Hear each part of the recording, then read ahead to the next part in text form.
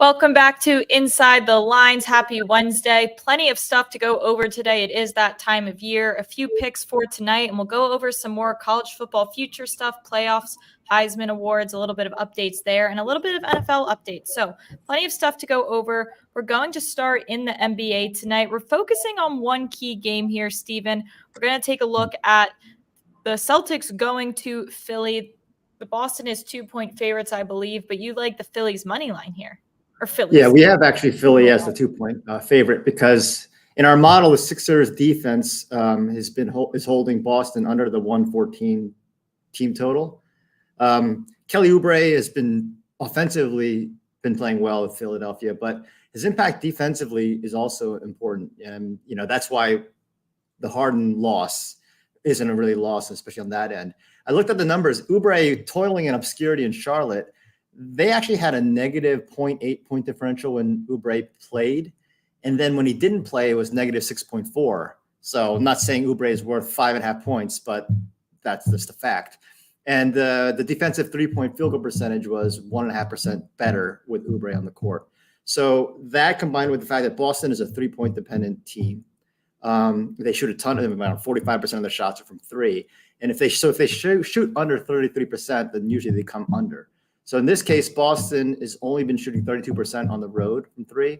Philly's been allowing around low 30s, 31% on threes at home in their 4 home games. So I'm banking on perimeter defense, keeping Boston below, and then having Philly win. Yeah, and playing off of that you like Boston's team's total under, we like Jason Tatum to go under his points, rebounds, and assists.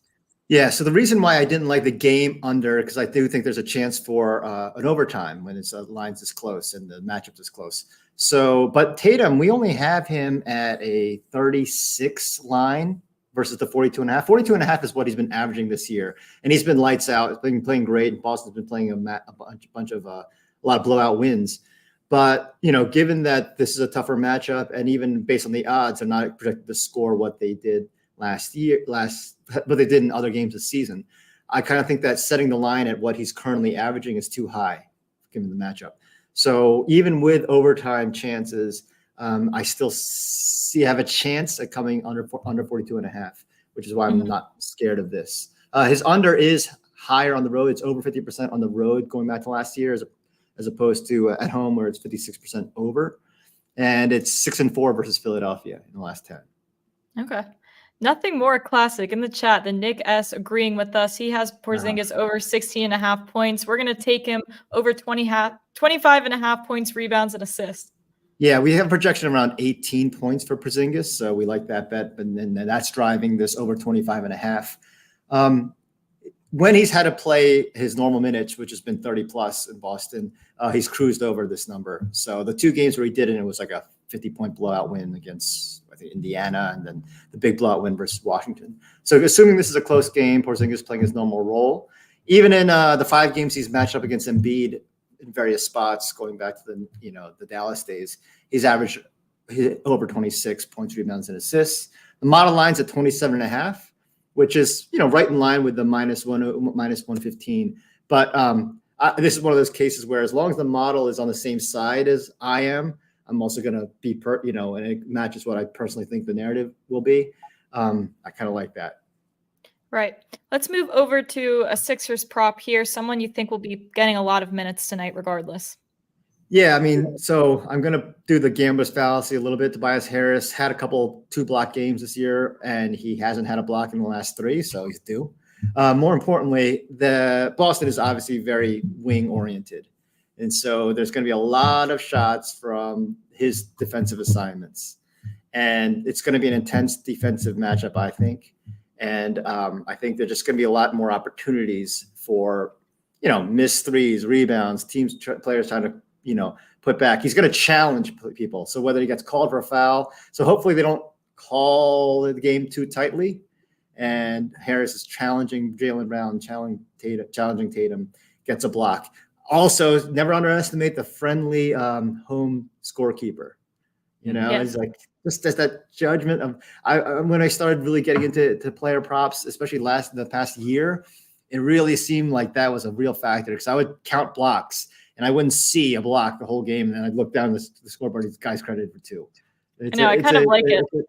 It's an easy way. It's a sneaky thing. I think there's something potentially scandalous there if we're to really dig into it. I think last year the whole thing was Memphis' scorekeeper, right? Wasn't that the whole thing? Yeah, that was the rumor, and then someone said that wasn't true. But I don't think it's so. I don't think people do that for leaders. They don't want to mess with somebody's leading the league in rebounding or leading the league in steals.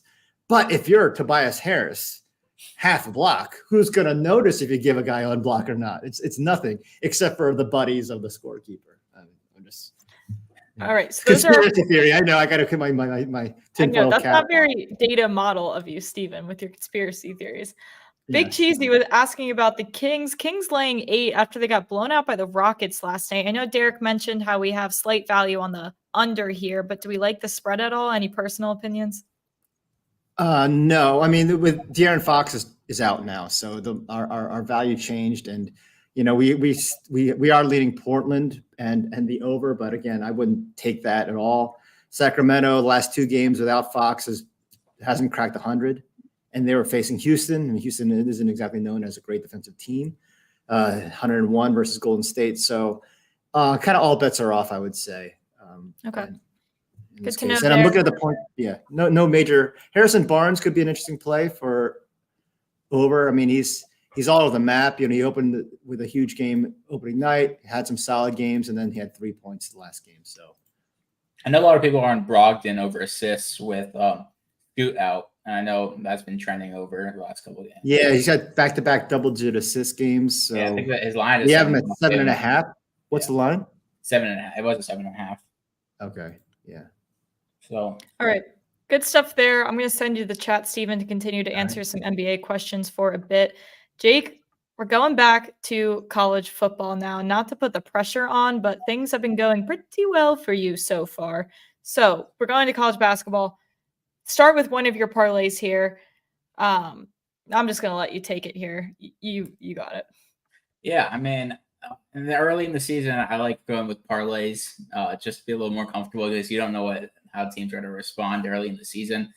There's so much roster change in college basketball. Arizona State especially has a bunch of transfers, and they're going against Mississippi State, who's without Tolu Smith. And I think Tolu Smith is worth 5 to 6 points. He's their center, Mississippi State center.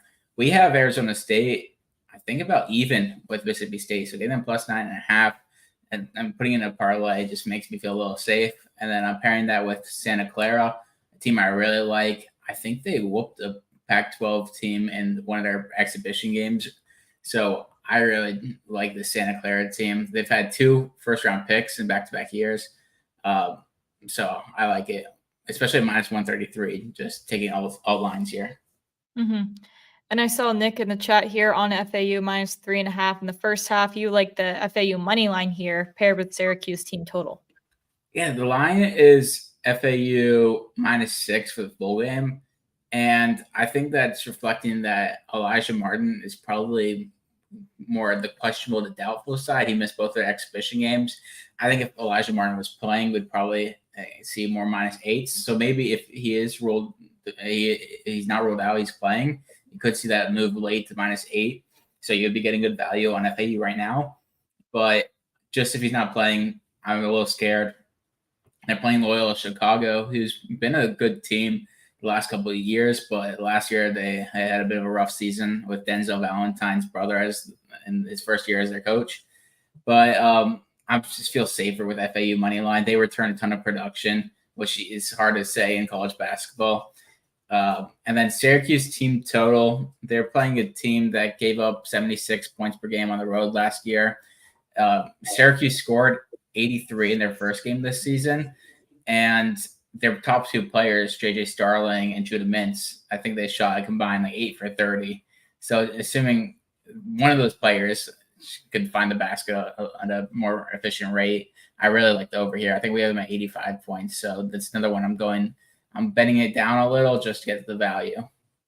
Okay. Say less. Anything college sports related, I trust, that comes out of your mouth. Speaking of that, let's move into some college football, a little bit of some futures, some college football playoff updates here. We still like the 4 that we have that we mentioned earlier. And probably Ohio State's the best value team you can still get. We have them going to playoff 50% of our sims, and the odds makers imply more 47%. So let's talk about those, and let's talk about Alabama, because that's a team that has a lot better shot now that they beat LSU. Yeah, Alabama, we were downgrading them a little just because they already had one loss and their schedule was tough with LSU. But we got rid of the downgrades, and now we have them pretty much fair value with their 10% odds to make the playoffs. I still think this Alabama team is pretty good. We have Georgia beating them in over 70% of simulations. So there you go, Mackenzie. But it's still hard to go against Saban and beat him, especially like 3 years in a row. So they're about fair value. The best value right now is Ohio State out of the top 4 teams, just because they already played Penn State, and Michigan has to play Penn State and Ohio State. So they're benefiting from the easier schedule there. And Penn State is really the long shot value at plus 1,000. And right now they actually hold a tiebreaker over Michigan and Ohio State. So if they were to beat Michigan and then Ohio State beats Michigan, then Penn State would be in as of right now. So the odds are equivalent to 1%, and we have them at 3%. So it's not like we have them winning in 5% of simulations or a crazy amount. We just have them as good long shot value. Yeah, right. Sorry. It was so it's 29% chance that Penn State beats Michigan, then Michigan beats Ohio State, which is the most likely path for them to get in. So that would give everybody one loss. The Penn State team had 2 losses when they won the Big Ten championship. They kept them out. So I think we're pretty much saying a 1-loss Penn State team gets in. Yeah. Okay. Yeah, we're going to have to I'm curious to see after this weekend. I'm sure we'll have updated odds in a situation there that we'll be able to talk about after this Michigan-Penn State game. So we'll see what happens there. Steven, let's pull up your model, talk a little bit about Heisman odds, something else we had talked about last week. Some guys, again, that we didn't necessarily give enough credit, but we do now, Bo Nix being one of them, who had a great passing touchdown game, definitely got closer to that 30 passing touchdown threshold last week. So he has a better shot to get to that threshold as well. Yeah, last week when Nix was at 21 passing touchdowns and just a 55% chance of hitting that threshold in the regular season, it jumped up to 74% now in the regular season, never mind. And then, then obviously there could be a collision course, Jake, right, for Washington, Oregon rematch. Yeah, it's looking like a rematch. And we do, I think the odds makers would set Oregon probably as a 3-point favorite. We would have it closer to just a 1-point favorite. So we still think that there's, that Penix has a better chance of even winning in a rematch. But I think that the feeling based on the odds makers is that, Nix is quickly rising. The value's on Travis still, though, right? I think the value's on Travis just because there's a good chance that they went out. The problem, the thing that hurts Travis is he put up just 1 touchdown last week, and they sat him in the second half of the 4th quarter, which makes you think that in their FCS matchup that they're going to sit him for a good chunk of that game. They're shooing. So they already made the ACC championship, so he already has that benefit. They're already locked in the berth to that.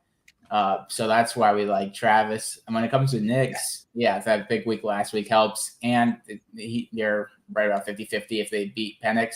So the thing that was hurting him before was that he might not have had a rematch. But now it's looking like he's going to get that rematch against Penix. And that's why he bumped up quite a bit. And McCarthy had 0 touchdowns last week. He's been probably the most efficient quarterback in the country. He just doesn't have Heisman stats. I think last week was his first game above 300 yards passing all season.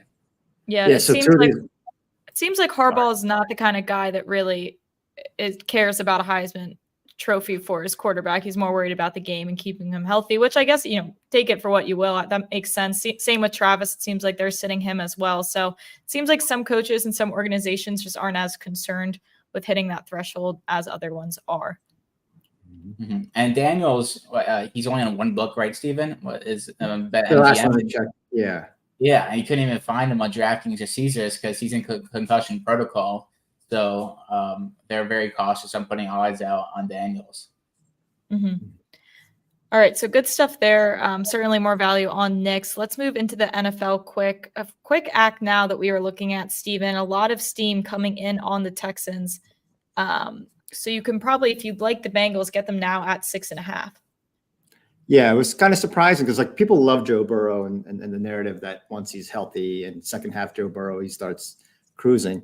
We thought on Sunday that there would be some steam from Cincinnati minus 8.5 to maybe 7.5 and even 7, but it's still mostly 7. But there's a 6.5 right now. There's right at FanDuel at minus 118. So I would act now on Cincinnati. The chances of this line going to 6 versus everyone settling in at 7 or more, it's a lot more likely that everyone would settle at 7 or more, and that's obviously a key number. But yeah, the Stroud game is everybody jumping on the bandwagon that we started. I mean, I'm not gonna say back in August 1st we said Houston was the best win total over, and then after week 1 we were the only ones saying Stroud had a great game against Baltimore and was the number 1 passer on 3rd and 4th down. So there you go. Pat on the back. Yeah, pat on the back. Speaking of pats on the back, we are still undefeated in Survivor. Thank you very much. Steven still hasn't even changed anything from August when he created this in 15 or less minutes. So this week, not much you have to prove here. The Bills to beat the Broncos at home, 75% chance of that happening, winning in 75% of our sims. So that's great for week 10. You look into week 11 and week 12, things look pretty good. Yeah, I mean, it's. I think the Bengals should be good against the Steelers. Obviously, the Niners versus Bucks. I'm a little worried. I mean, about the week. I guess it would be 13. That's where we had the Jets at home versus Atlanta. So that will be that. I'm not going to pivot if we can get through 12 weeks without a change. I'm not going to pivot off of it. But at the same time, I might need to pivot off of it. Yeah. Fair. Good to know. Jake mentioning another Maction running back prop in the chat that we did hit last week. I believe it was the running back Maction props are just automatic, whether it's quarterback or running back. So we like those plays there for sure. Any last questions? Feel free to ask us on Twitter as well. We'll be back tomorrow. More NFL updates, more college football, basketball, NBA. It's that time of year. Plenty of go over. So good luck with your bets tonight. We'll hit Thursday Night Football tomorrow as well. And we'll see you then.